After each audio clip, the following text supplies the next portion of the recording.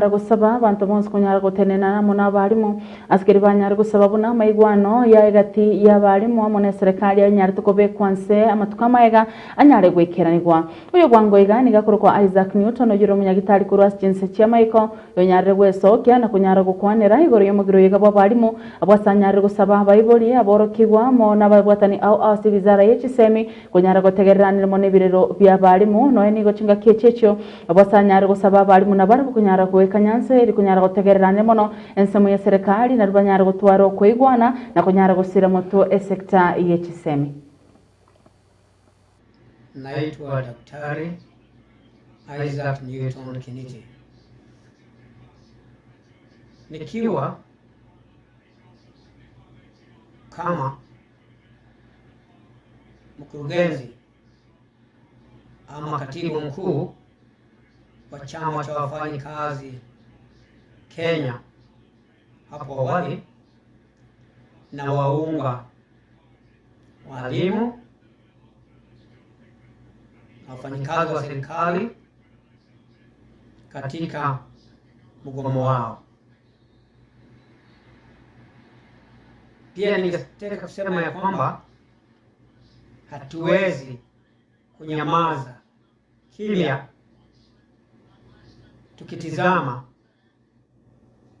na tukisikia kilio cha mateso ya walimu,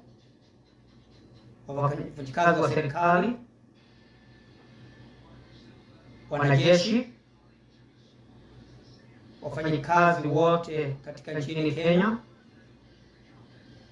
na vijana wa Kenya wakilia hata tukiwa ng'ambo.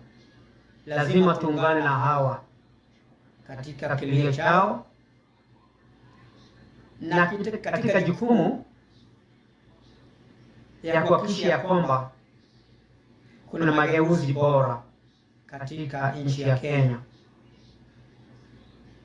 Pia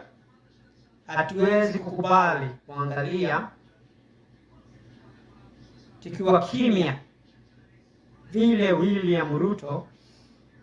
na serikali yake wanadanganya wahifadhi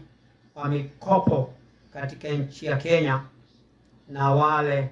wote wanapea ruzuku nchi ya Kenya.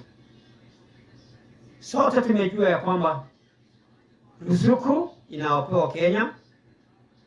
pamoja na mikopo ambayo inapewa Kenya yote inaibiwa na pesa inapelekwa nje. Na ndipo William Ruto amechukua jukumu la kuwadanganya wahifadhi wa mikopo na ruzuku nchini Kenya kwa kufungua miradi ambayo ilikisha malizwa na kufunguliwa hapo awali na viongozi waliokwama. Nachukua hili jukumu kuhimiza IMF, World Bank na wahifadhi wote